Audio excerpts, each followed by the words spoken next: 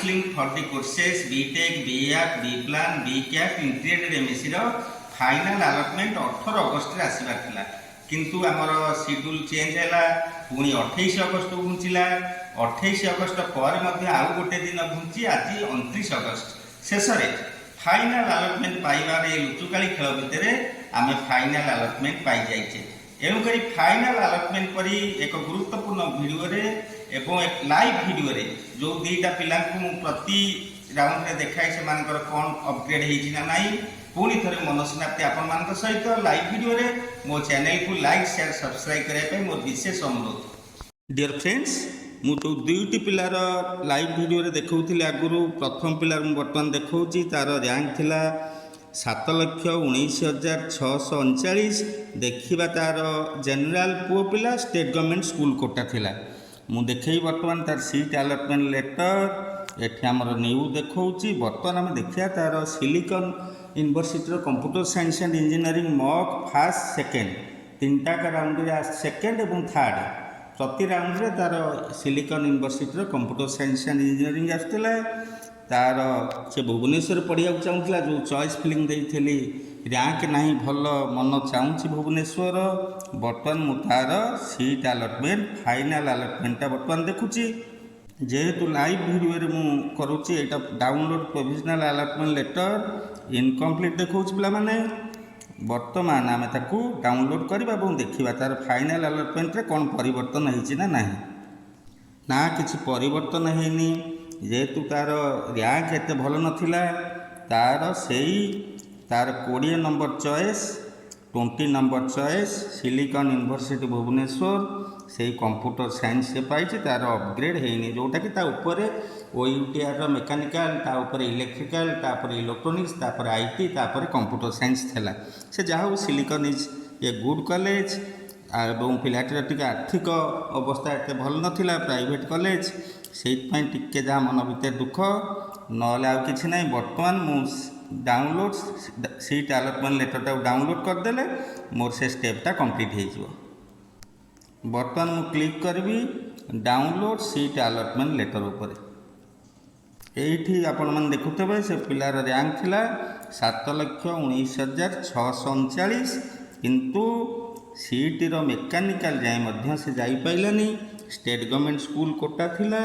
किंतु जेहेतु पुओ पिलाटे थिला किंतु झील पिलाटे होते हुए तो तार मेकानिकल जाए से जीआर सक्षम होता क्या झील पिलांकर रिजर्वेशन अच्छी एणुक पाने तुम निश्चिंत कमेंट बॉक्स में मत जनइब कहार अपग्रेडेसन होती कौ कॉलेजर कौ ब्रांच पाइच निश्चिंत मत कमेंट बॉक्स में पिले मोर एतिक अनुरोध जनइब now I am downloading the provisional letter तापर मुझे देखी आर पिलाटार कौन होती जार रैंक थिला 7,94,870 बर्तमान मुझे प्रथम पिलार डाउनलोड प्रोविजनल लेटर उपर क्लिक करमर आगुरी जो लिखुला प्रोविजनल अलॉटमेंट लेटर एबे सेटा ऊपर फाइनल अलॉटमेंट लेटर देखुची पिला माने देखुथिबो समस्ते एटा तार रैंक आईटा तार चॉइस आ 19टा स्टेप हुए तो से ऊपर जाई पारथांता किंतु गलानी रैंक भल ना आ स्टेट गवर्नमेंट स्कूल कोटा थिला बोली एते बाट गला किंतु पुओ पिला नई कि झील पिला होते निश्चिंत आउ टिके आगू जीव बोली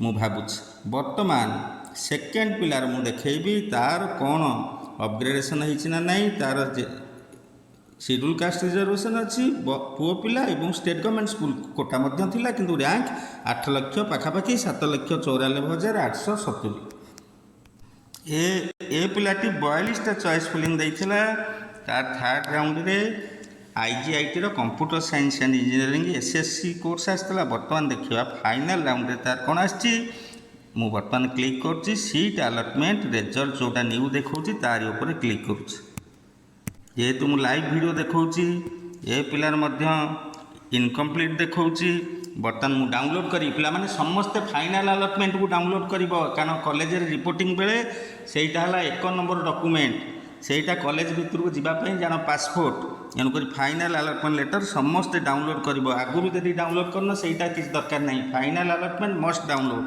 करी तार प्रिंट आउट 2-3टा खंडे पाखे प्रिंट आउट रखी देता काले गोटे मिस हो बर्तमान मुझे पिलार देखौछि ना ए पिलार भी कौन परिवर्तन है तार राउंड 3 रे जहाँ आसला राउंड 4 रे से आसची ଏଇଟା 16 ନମ୍ବର ଚଏସ୍। ତାର ର୍ୟାଙ୍କ 7,94,870। ଆଉ state government school quota, SC reservation ବି ଅଛି। କିନ୍ତୁ ସିଏ ତାର ଉପରେ ସବୁ ତାର ଚଏସ୍ ଫିଲିଂଟା ମୁଁ ବର୍ତ୍ତମାନ ଦେଖିବି। ତାର ଉପରେ ସବୁ ଥିଲା VSSUT ବୁର୍ଲା ଏବଂ ତା ଉପରକୁ ଥିଲା OUTR କେବଳ କମ୍ପ୍ୟୁଟର ସାଇନ୍ସ IT ବ୍ରାଞ୍ଚରା ଥିଲା। କିନ୍ତୁ ସେ ସେଠିକି ଯିବା ପାଇଁ ସକ୍ଷମ ହେଇନି। ବର୍ତ୍ତମାନ ମୁଁ ତା ଡାଉନଲୋଡ଼ କରୁଛି ଲେଟର। ପିଲାମାନେ ନିଶ୍ଚିନ୍ତ ମୋତେ କମେଣ୍ଟରେ ଜଣାଇବ ତୁମର କେଉଁ କଲେଜର କେଉଁ ବ୍ରାଞ୍ଚ ଫାଇନାଲି ହେଲା। ତେଣୁକରି ମୁଁ ବର୍ତ୍ତମାନ ତାର download seat allotment letter download କରୁଛି। ଡାଉନଲୋଡ଼ କରିଦେଲେ ଆମର ସେଇଟା କମ୍ପ୍ଲିଟ୍ ଦେଖାଇବ। ଯେଉଁଟା ଇନକମ୍ପ୍ଲିଟ୍ ଦେଖାଉଛି ଡାଉନଲୋଡ଼ଟା ସେଇଟା କମ୍ପ୍ଲିଟ୍ ଦେଖାଇବ। ବର୍ତ୍ତମାନ ମୁଁ ଡାଉନଲୋଡ଼ କରୁଛି ସେ ପିଲାର। ସେ IGITରେ କମ୍ପ୍ୟୁଟର ସାଇନ୍ସ ଆଣ୍ଡ ଇଞ୍ଜିନିୟରିଂ ପଢ଼ିବ। এইটা তার ফাইনাল আলটমেন্ট লেটর। আর বি ডাউনলোড মু 2-3টা কপি তার জেরক্স করদেবি। তার IGITরে রাউন্ড 4 মিন্স আমার এটা ফাইনাল রাউন্ড এবং computer science and engineering allotment category SC ଏବଂ ତାର ଯଦି ଇଣ୍ଟରନାଲ୍ ସ୍ଲାଇଡ଼ିଂରେ ଭାଗ ନିଏ ମଧ୍ୟ ସେ ବେଶୀ ଆଗକୁ ଯାଇପାରିବନି, କାରଣ ସେଇ କଲେଜର ତାର ଉପରୁ ଅପର ଚଏସ୍ରେ ଆମର କମ୍ପ୍ୟୁଟର ସାଇନ୍ସର TFW ଅଛି। ତେଣୁକରି ସେମିତି ବି ଇଣ୍ଟରନାଲ୍ ସ୍ଲାଇଡ଼ିଂରେ ସେ କଲେଜର ଉପରେ ବି ଏହାର ବ୍ରାଞ୍ଚ ନାହିଁ।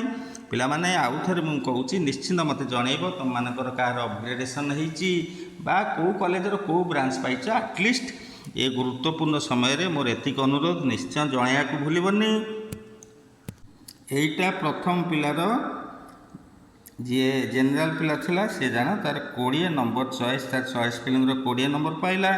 কিন্তু তার চয়েস ফিলিংর ইন্টরনাল স্লাইডিং প্রাইভেট কলেজে করবে কি না মোর ডাউট। কিন্তু তার যদি ইন্টরনাল স্লাইডিং হুয়ে তেবে কম্প্ୟୁଟର ସାଇନ୍ସ ଆଣ୍ଡ ଇଞ୍ଜିନିୟରିଂର TFW ସିଲିକନ୍ ୟୁନିଭର୍ସିଟିରେ, ଯେଉଁଟାକି ଚାନ୍ସ ବହୁତ କମ୍। ଏଇଟା ଥିଲା ଚଏସ୍ ଫିଲିଂ, କିନ୍ତୁ ର୍ୟାଙ୍କ ଭଲ ନଥିବାରୁ ସିଏ OUTRର ମେକାନିକାଲ ମଧ୍ୟ ମେକାନିକାଲ, ତାପରେ ଇଲେକ୍ଟ୍ରିକାଲ, ତାପରେ ଇଲେକ୍ଟ୍ରୋନିକ୍ସ କମ୍ୟୁନିକେସନ୍ ସବୁ ଥିଲା, କମ୍ପ୍ୟୁଟର ସାଇନ୍ସ ବା ଉପରେ ଥିଲା। କିନ୍ତୁ ସେ ଉପରକୁ ତାର ମକ୍ରୁ ଫାଇନାଲ ରାଉଣ୍ଡ ସେ ଗୋଟିଏ କଲେଜରେ ସ୍ଥିର ହୋଇକି ରହିଲା, କାରଣ ତା ଉପରେ ତା ଗଭର୍ଣ୍ଣମେଣ୍ଟ କଲେଜ ରହିଯାଇଥିଲା। ଏଇଥିରୁ ଆମେ ଅନୁମାନ କରିପାରିବା ଗଭର୍ଣ୍ଣମେଣ୍ଟ କଲେଜର କଟ୍ ଅଫ୍ କେତେ ଅଧିକା ଯାଉଛି।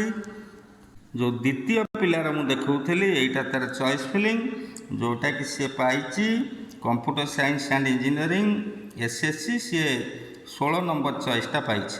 যদি ইন্টরনাল স্লাইডিংরে ভাগ নিয়ে, যেহেতু IGITর তার কৌশি অপশন এটি না, তেবে যদি হুয়ে তো ইন্টরনাল স্লাইডিংরে ভাগ নেলে সি SSC TFW ব্রাঞ্চকু কেবল গোটিয়ে সেই কম্প্ୟୁଟର ସାଇନ୍ସ ଆଣ୍ଡ ଇଞ୍ଜିନିୟରିଂର TFWର ସମ୍ଭାବନା ଅଛି। କିନ୍ତୁ ତା ଉପରେ ଯେହେତୁ ସବୁଯାକ, ଯେହେତୁ ସେ ପିଲାଟି ଇଣ୍ଟରେଷ୍ଟେଡ୍ ଥିଲା ଗଭର୍ଣ୍ଣମେଣ୍ଟ କଲେଜରେ ପଢ଼ିବ, ପ୍ରାଇଭେଟ୍ କଲେଜରେ ପଢ଼ିବନି, ତାର ଚଏସ୍ ଫିଲିଂଟା ଏଣ୍ଟାୟାର ଗଭର୍ଣ୍ଣମେଣ୍ଟ କଲେଜରେ ଥିଲା ଏବଂ କମ୍ପ୍ୟୁଟର ସାଇନ୍ସ ଆଣ୍ଡ ଇଞ୍ଜିନିୟରିଂ ପ୍ରତି ସେ ବହୁତ ଇଚ୍ଛୁକ ଥିଲା। ଏଣୁକରି ତାର ଇଣ୍ଟରନାଲ୍ ସ୍ଲାଇଡ଼ିଂ କଲେ କେବଳ ତା ଉପରେ ଏଇ computer science and engineering TFW ଏଇ ଗୋଟିଏ ସମ୍ଭାବନା। କିନ୍ତୁ ଏ ତ ଯେହେତୁ ଅଲଗା କଲେଜ, ଏଠି ଆଉ ତାର କିଛି ହେବାର ସମ୍ଭାବନା ହିଁ ନାହିଁ। ভিডিওটি ଦେଖିଥିବାରୁ ସମସ୍ତଙ୍କୁ ଧନ୍ୟବାଦ ପିଲାମାନେ। ମୁଁ ବର୍ତ୍ତମାନ କଲେଜର କେମିତି ରିପୋର୍ଟିଂ କରିବ ତା ଉପରେ ସମ୍ପୂର୍ଣ୍ଣ ବିବରଣୀ ଦେଇ ଭିଡ଼ିଓ କରିବି ଏବଂ ତୁମେ ଯେମିତି ତାକୁ ଦେଖି ଅତି ସୁରୁଖୁରୁରେ କୌଣସି ଟେନସନ୍ ନ ନେଇ ଯଦି ଭଲ ଭାବରେ କଲେଜରେ ରିପୋର୍ଟିଂ କରି ତୁମ ଆଡ଼ମିସନ୍ ପ୍ରକ୍ରିୟା ଶେଷ ହୋଇଯିବ, ମୁଁ ନିଜକୁ ବହୁତ ଖୁସି ଅନୁଭବ କରିବି। ଭିଡ଼ିଓଟି ଦେଖିଥିବାରୁ ସମସ୍ତଙ୍କୁ ଧନ୍ୟବାଦ। ନମସ୍କାର।